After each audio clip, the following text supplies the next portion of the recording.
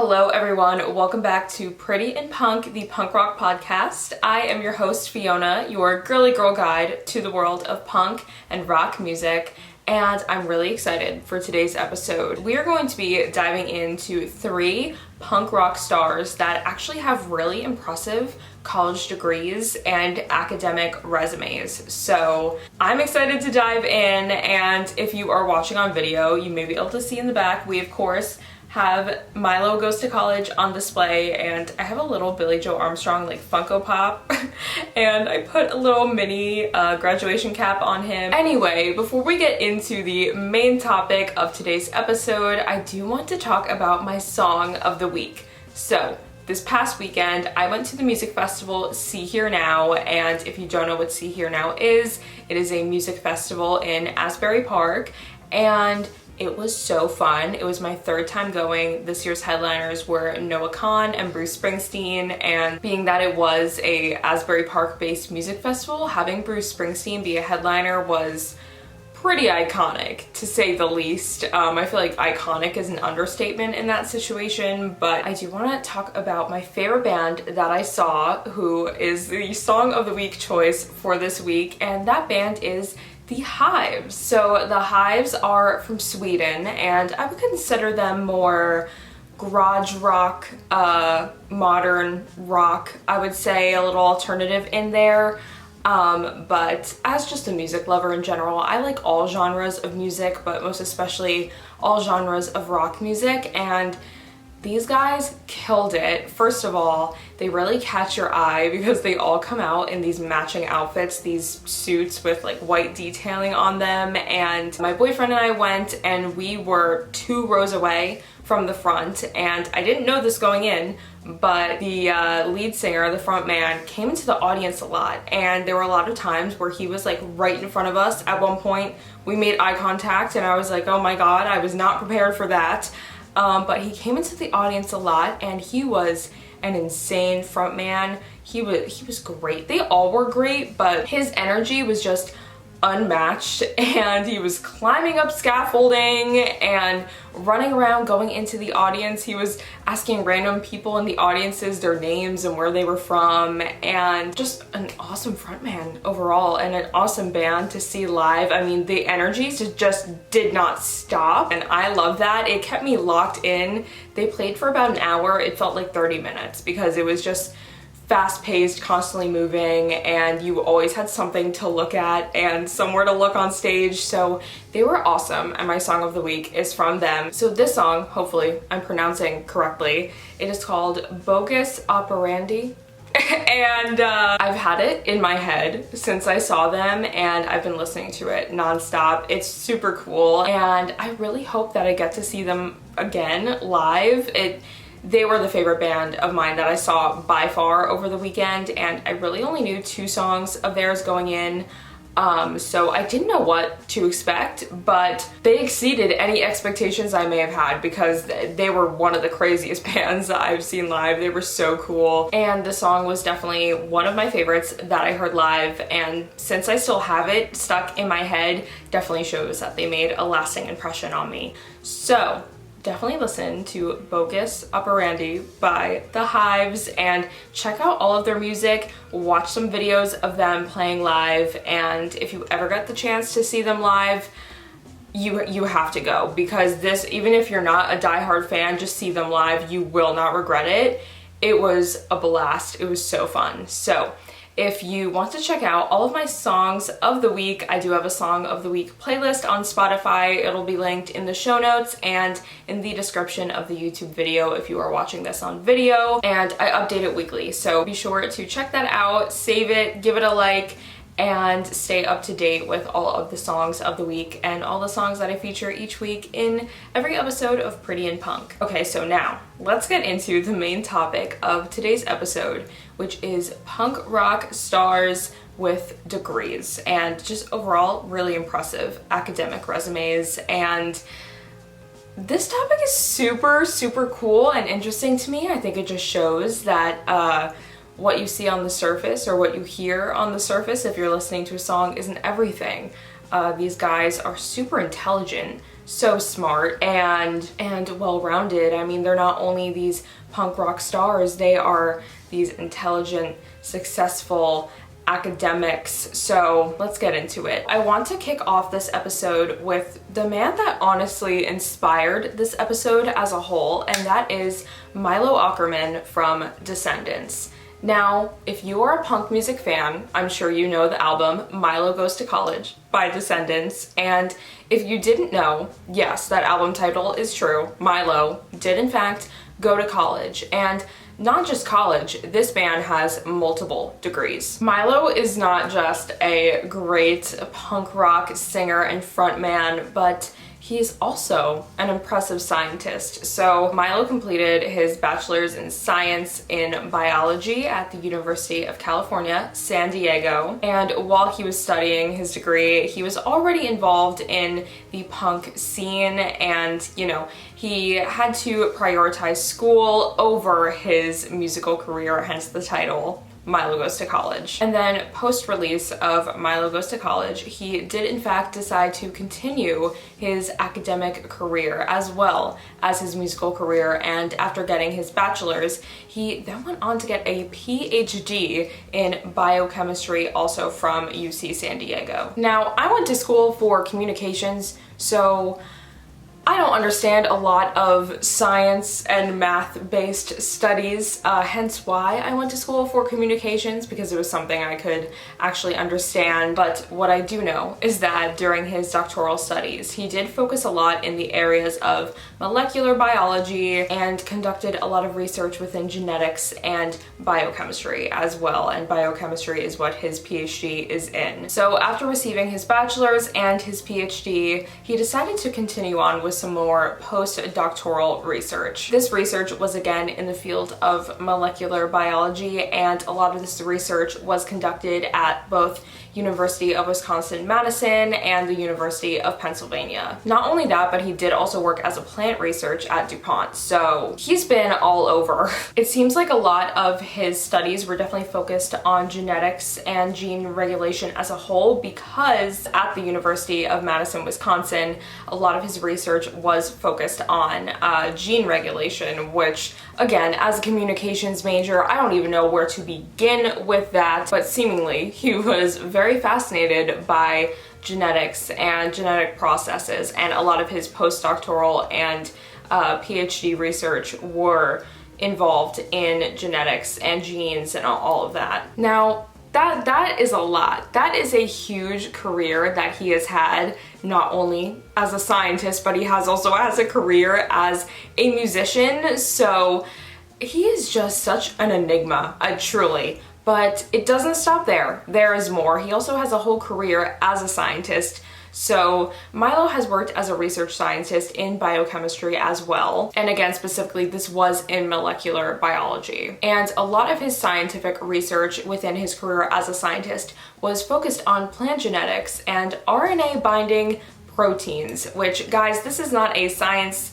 podcast, so we're not going to get into whatever that means, but we're a music podcast, so we're just highlighting how incredibly fascinating and intelligent this man is. But if you would like to on your own do some more research on that, I definitely encourage you to do that, but I am not going to try and explain that to you, because I am just going to fumble my words and sound like, what the hell is this girl talking about? But anyway, his career didn't stop there, because he was also an adjunct professor at the University of Delaware. That's so freaking cool. I can't imagine, like, me, a longtime Descendents fan, going into class, sitting down on the first day, getting ready to go over the syllabus, and Milo is my professor. That's so cool. I'd be like, what the hell? I mean, I wouldn't be taking molecular biology. I would be more interested in taking fundamentals of digital marketing. I would love to know how he was as a professor. So if anyone has any insight on that, I would really love to know. But because of his whole entire second career as a scientist, there have been a few points in his musical career where he has taken a step back on that to mainly focus on his research and all that, but there are other points in time where he is more focused on music. So he is just doing it all, and he truly is just a really well-rounded guy. Clearly, he is just super smart. I mean, to be able to go to college to study biology, then complete your PhD, conduct all this research, and then use all of this knowledge that you have to then become a professor while also being a punk musician, that is super cool. I mean, this just really shows you that you can be anything you put your mind to. If part of you wants to be a scientist, but another part of you wants to be a musician, you can do both. There are absolutely no rules. So I just find this so fascinating, and Descendents has been one of my favorite bands for years, and Milo Goes to College is one of my favorite albums of all time, and knowing that this person is an awesome punk musician while also this super smart, super intelligent guy is just so cool. So it'll be interesting to see what else he does in both his musical career and his scientific career. Maybe he'll be a full-time professor at one point, who knows, but it will be interesting to see where he goes from here. So next, I want to talk about another one of my favorite frontmans of all time, and that is Greg Graffin from Bad Religion. I also love Bad Religion. My all-time favorite album by them is Suffer. I do love that one. It's so good. Stranger Than Fiction, of course, it's also iconic, but I do think Suffer is my favorite, and Greg Graffin, like Milo, is so impressive, and we're going to dive deeper into that. So, aside from being Bad Religion's frontman, Greg Graffin received his bachelor's in biology as well as geology. So he has 2 bachelor's degrees, and he studied at UCLA. Not only that, he went on to receive his master's in science in geology as well. So he decided to continue his studies in geology after receiving his bachelor's. Now, just by listening to Bad Religion's music, you can already tell that as a songwriter, Greg Graffin is really intelligent just by the way that he writes, because a lot of his lyrics are very intellectual and philosophical and politically minded, and he definitely is, just by his lyrics, very intelligent, but clearly he has multiple degrees. So the man is just a wealth of knowledge, and I think that that definitely reflects in the way that he writes and in the way that he sings as well, and that is really, really fascinating. Like, for instance, while he was studying for his master's in geology, one of his main focuses was evolutionary biology. And, you know, as he was still in Bad Religion, his love for music and his love for the scientific field kind of ran parallel to each other, and he integrated a lot of these scientific themes and philosophical themes into his lyrics. So Greg Graffin did not stop there, because after his master's, he receives a PhD. So he received a PhD in zoology from Cornell University. So he has a dissertation that he wrote, and I want to get this name right, so I have to read off of this, but his academic dissertation is titled Monism, Atheism, and the Naturalist Worldview, Perspectives and Evolutionary Biology. So in this dissertation, he explains how these themes resonate with a naturalist view on the world, and not only that, he has also spoken about how these beliefs really influence his music and his lyrics. So after completing all of his many diverse studies, he also lectured at both Cornell and UCLA, and like Milo, I mean, that would just be so funny walking into class and there's Greg Graffin from Bad Religion. I mean, that would be so cool for me. I would love that. Again, I wouldn't be taking a class that warranted that. I was taking like public relations and advertising classes, but you know, we can dream, we can imagine. So clearly, Greg Graffin is highly, highly intelligent and has spent so much time putting in the research and the hard work to complete these academic studies, and in 2008 he was actually given the Rushdie Award for Cultural Humanism by Harvard University. So clearly he is just highly regarded in both the punk music world and this research academic world. So there are many sides to this man, just like Milo Aukerman from Descendents, and this is another example of how you can do two things. You can do more than one thing. You can pursue anything that you want to pursue, and you can have this impressive academic career and also have this impressive music career. And I am so for that. I am all for pursuing what you love, and I just think it just makes someone even more interesting and even more cool, honestly, that they have these sides to them where they have this highly intelligent researcher, scientist side, but they also have this punk loving music side. I think that seeing people like this, and I mean, these really are great people to look up to, especially if you are a punk music fan. Having these people as role models and as your favorite musicians, I mean, it doesn't get better than that. So the last punk rocker that I want to touch on today is Dexter Holland from The Offspring, and like the other two, he is another really impressive guy. So not only have The Offspring sold more than 40 million records worldwide, making them one of the best-selling rock/punk bands in history, in addition to their musical success, Dexter Holland also has received degrees, 3 in total, from USC. So after graduating from Pacifica High School in Garden Grove, California, he then moved on to USC, where he received his bachelor's in science in biology. So clearly, these three guys, they really have a pattern with biology and science as a whole, and it's really fascinating actually that none of these guys pursued music in college. Like, that was something that they also did in addition to pursuing these science careers. After earning his bachelor's, he then earned his master's in molecular biology, also from USC, and then he began PhD studies. But while studying for his PhD, he actually put his academic career on hold because of the outbreak of success that The Offspring was receiving. However, 20 years after he started his PhD, he finally earned it in 2017. So I just think that that is so admirable,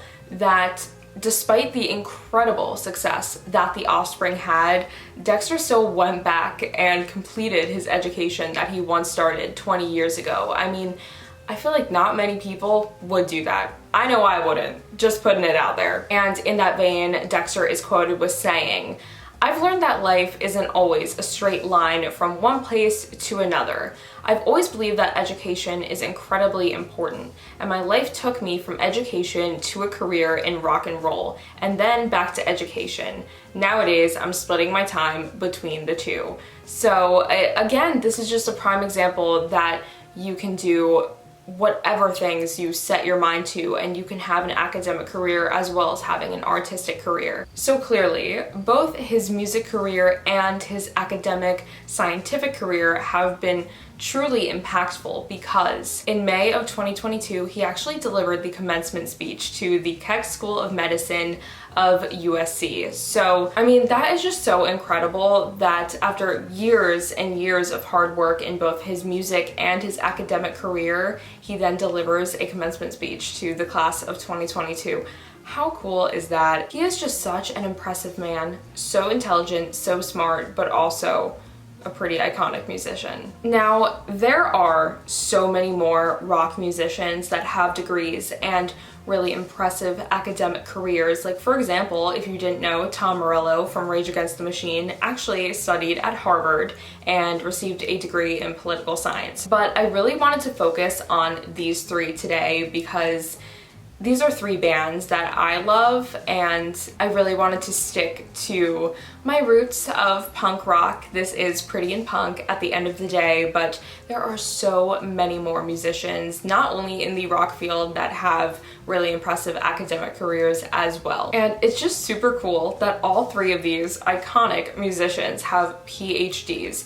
That is so impressive. We have Milo Aukerman with his PhD in biochemistry, Graffin with his PhD in zoology, and then last but definitely not least, Dexter Holland with his PhD in molecular biology, and then all three of them have other degrees as well. I think the biggest takeaway that I've been saying all throughout this episode is that do what you love.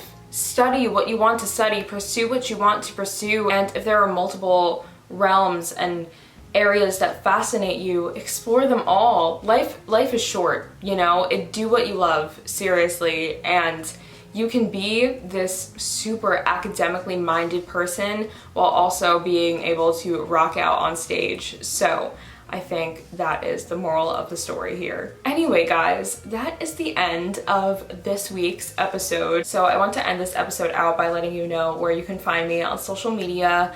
All of my social media handles are at PrettyInPunkPod. That is TikTok and Instagram.